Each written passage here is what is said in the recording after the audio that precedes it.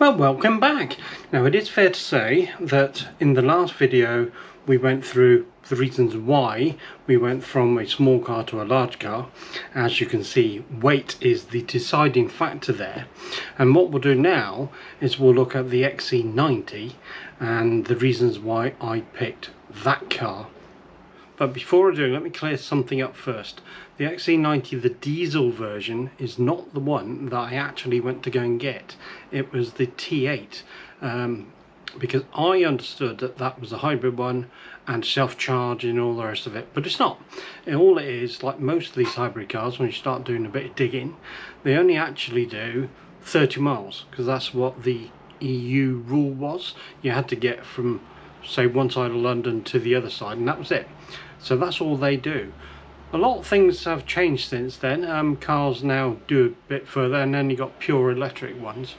Now the pure electric ones also are of an interest when they can do the range that we need, because obviously with batteries in, they're going to weigh more, and if they weigh more, they can curb weight is higher, therefore they can tow more. So from that point of view, it is better, but we'll have to wait and see. The other main thing to note is that the Caravan Club's discount didn't work on the T8. This is the £6 off or more. So it only worked on the diesel version. So therefore it made the diesel one slightly more appealing, because I was getting £6 worth of discounts, which compared to the T8, which cost more in the first place, and the lead time on it was longer, was one of the reasons why I went down that road in the first place. Right, so Steve, talk about the size of the car's engine.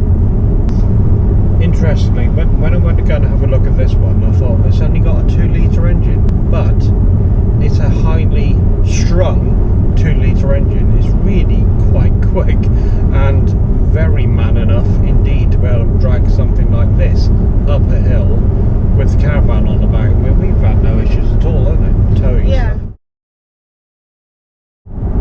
Because of the fact it's based on a 2-litre engine and the CO2 emissions that come out the back, it's really quite good.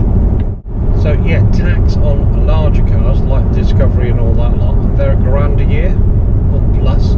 This is not, it's only 450 quid. I keep looking over there, but you don't have to now because there's no tax disc, is there? Yeah. But anyway, yeah, so this is at least half the price in terms of tax for a whole year, and therefore the servicing's cheaper as well because it's a smaller engine, and insurance is a couple of brackets down. Well, I thought it was expensive to insure. I mean, my car is petrol and it's fast, and you know, I get insurance with business for like less than 300 quid a year. Yeah, I don't mean insurance in terms of comparison to your car. I meant insurance in comparison to the likes of buying a Range Rover or something like that that's equally big enough to pull a caravan. Yeah. So the running cost for this in terms of tax, insurance and servicing are cheaper. Because this was ordered by somebody else and we took it over, it came with stuff that we didn't want or need. And I'll say that because of that thing that's under this elbow. It's got a CD player, which nearly nobody uses anymore. What it does have though, which I did like, is he ordered the Bowers & Wilkins sound system. So I don't know how many speakers are in, 20 something? Loads of them. The sound is really, really good. In comparison to in the shop, the guy showed me the sound system that natively comes with it, which is not bad either. And then there's another one in between, which is the, I'm trying to get this round the right way, Harman and Carden and Harman, anyway, their sound system. You can pay extra for that. So it also came with air suspension, which is the top of the range thing. It's supposed to make you glide quite nicely along with it. I don't know if it does or doesn't, compared to a normal car I've had over the years. I would say, does it feel any different? I don't think so. Well, it feels a lot more different than my car. Yeah, but yours is designed to be like a little go-kart racing car, but this isn't. But what about with 21-inch wheels? Would you go with that? Now then. mean, this comes with nice wheels anyway, I have to say. It looks quite nice when you look at the side of it. In terms of buying tyres for it, they're actually not that much more than normal tyres anyway, so I'm quite happy from that point of view. How much are the tyres each? The tyres are around about 250-ish per corner. I've had this car, it's coming up for its 3rd year, and all I've had to do is replace the front tyres. The rear tyres have gone down like 1 mil.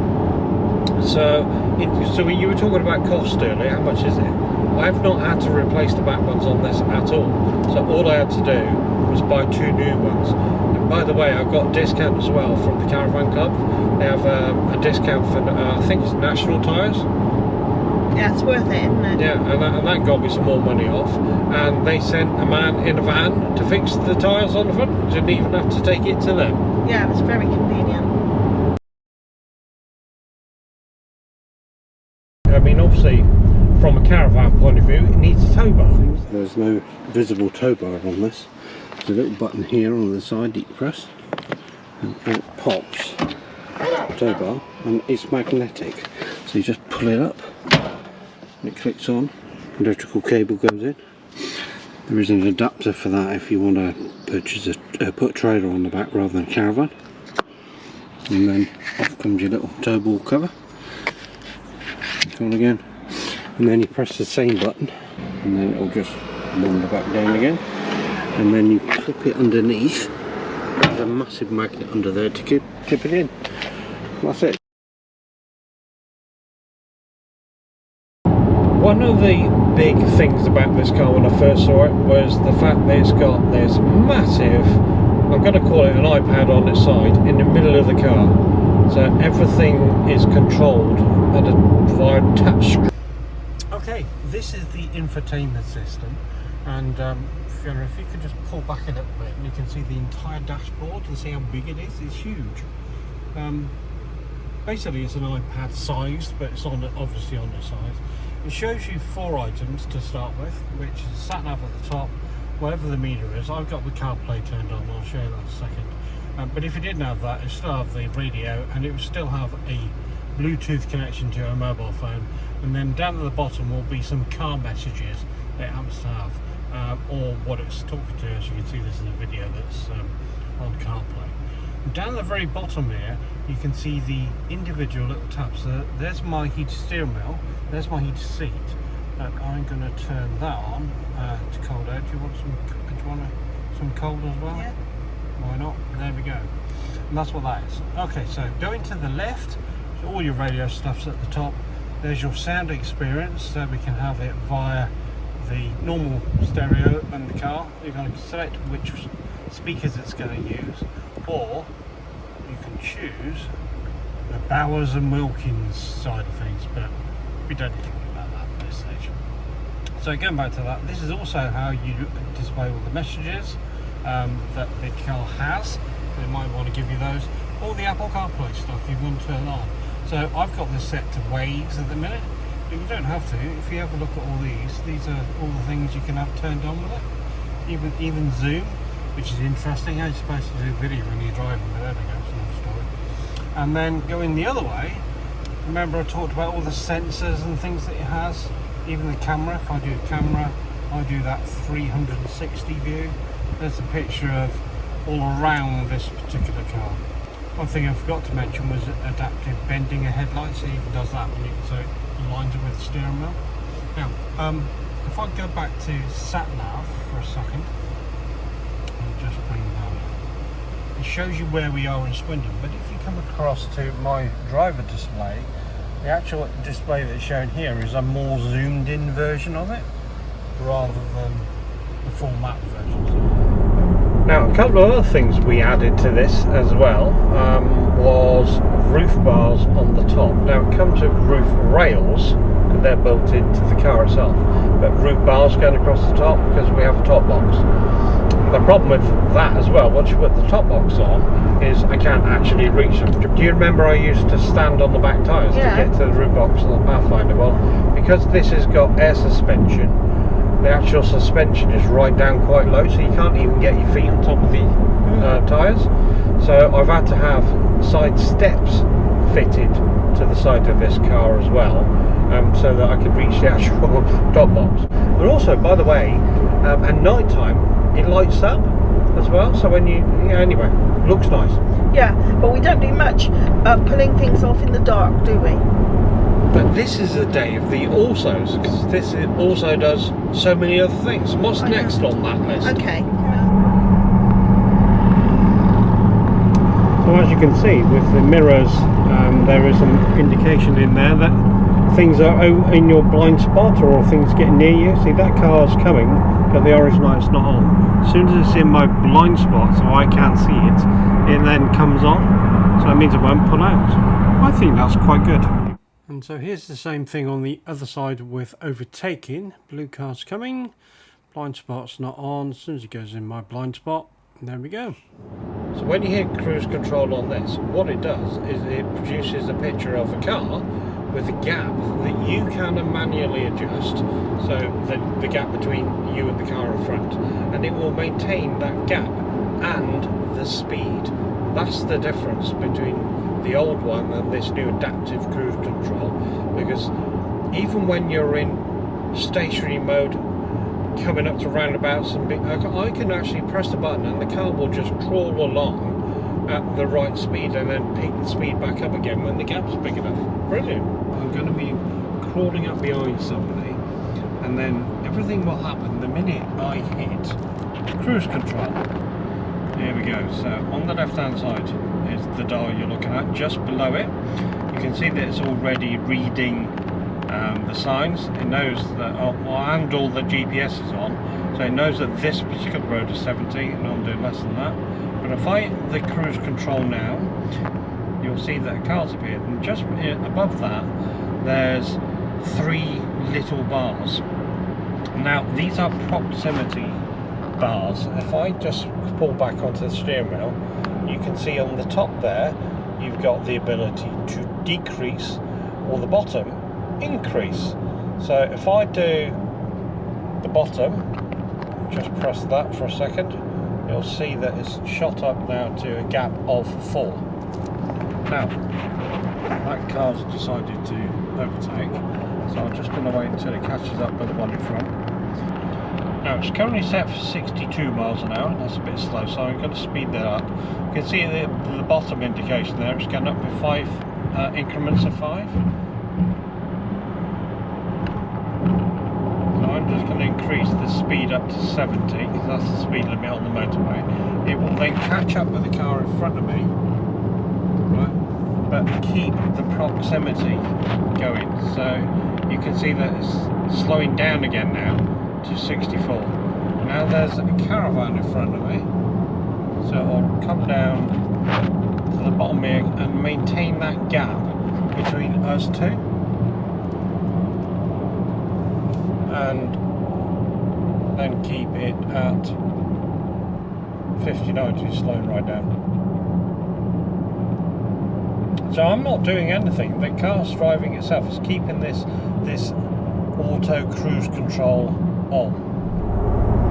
And what about the proximity alarm? When you get too close to something, then the proximity alarm will go off, and it will show you on the infotainment system the picture of the car and where the proximity alarm has gone off, so you can see at a glance where it happens to be, how close something is. Even if you're in, like where we were at ferry ports, for example, the cars were driving next to us and by, would go off. Sometimes it goes off randomly though, and we can't work out why. Yeah, there is some odd bits, I know, but on the whole, it's a pretty good tool. So it's now showing it on the right side. Now, it's not all cars or all obstacles proper ones. If you just pan to the right and have a look, probably at the windscreen there, you can see all it is, or grass that's grown too tall. But the car is showing it, and as you can see, it's different colours. So you got orange showing you that it's there but far away, but it's quite close on the red, but it's not. So what should we do now is should we just drifting a little bit to the right. You'll see it's going orange and it's pulling me back in, as in the car's driving itself. So if I carry on to the right, I am not touching my steering wheel, and it's just keeping me between the lines.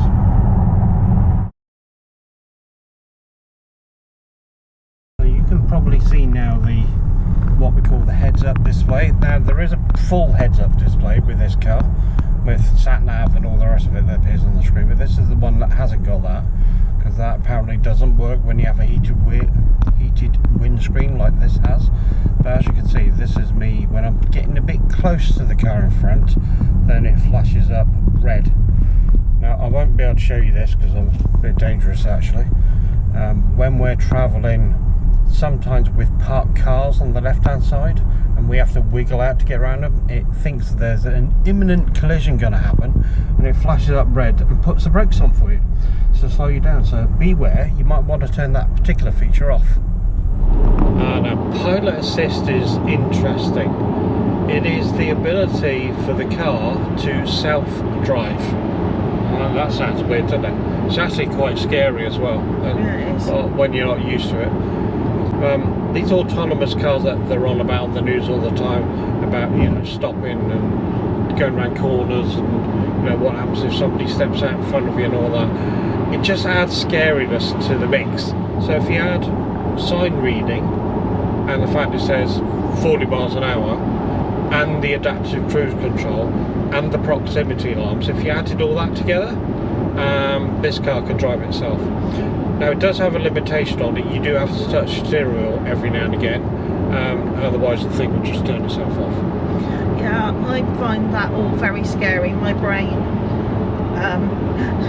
trust us more than it trusts the card.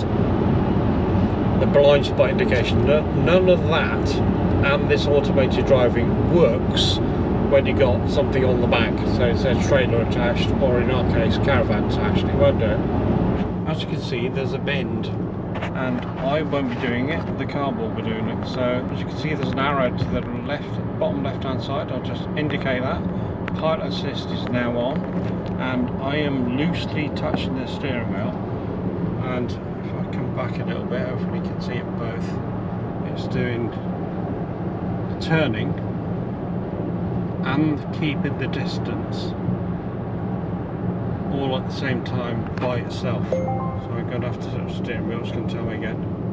There you go. So it's doing it itself, keeping the gap, turning the corner without me having to do anything. The car does have cameras, doesn't it? Now the car has 4 cameras. Normally I'm just used to the reversing one, which is very good.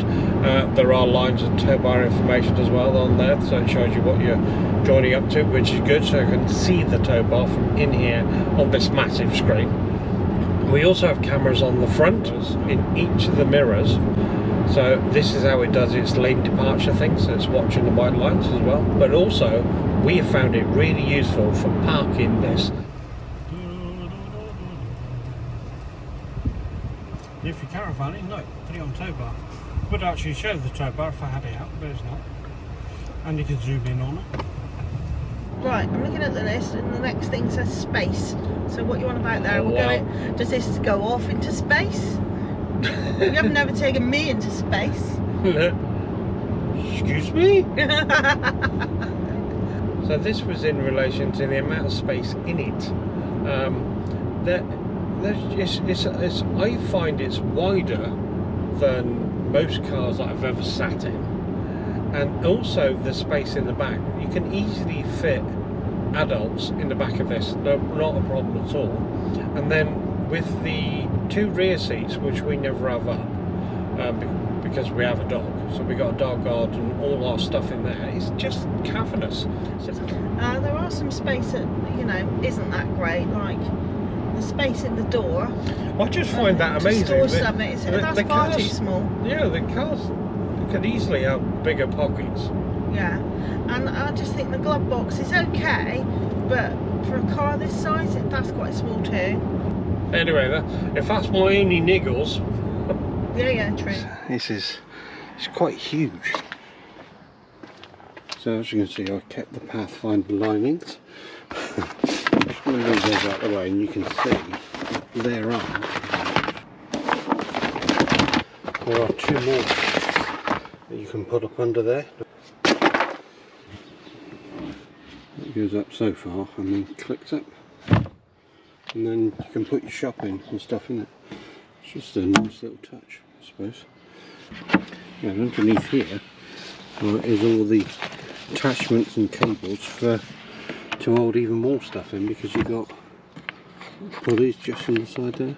I'll pull that down, yeah, just about, so it clips onto that. From a towing point of view, it's been superb. We've had no issues at all with any of it. And it's a, I'm going to say, a high-end type vehicle. Would I have one again? I would actually. Yeah. And I come from a world where we have a car, what, 3 years? So we've had loads of cars over the years. But I have to say this one has been one of the better. No, and also join the Caravan and Motorhome Club, and you have a look at their offers. And we saved just over £6 as well, just by having that membership, and that's only 50 quid a year. Yeah, and the Pathfinder, it's certainly worth having. Yeah, the Pathfinder as well. There are other cars on there if you're not in the world of twin axles and 2 tons, but there are other ones, SsangYongs and God knows what. So it's just worth it to have a car that's nice, that is functional when you're out and about, and you know you can pull a heavy caravan without any worries. So you still have to have an eye of how much you put in it. You just can't fling anything in the caravan. No, you have to go through and weigh every single item to work out how much the whole lot weighs. Awning, everything. You just put it on like suitcase scales and weigh things, and then that tells you, when you add it all up, what your payload is. And also will help you remove things as well, because you know they want to bring everything, and they can't. Well, I think that's a good place to call it a day on this one. It's been a good car. Yeah, it's been a good car, and we'll probably keep it for a bit as well. Thank you anyway for watching. Please like, subscribe and hit the little bell.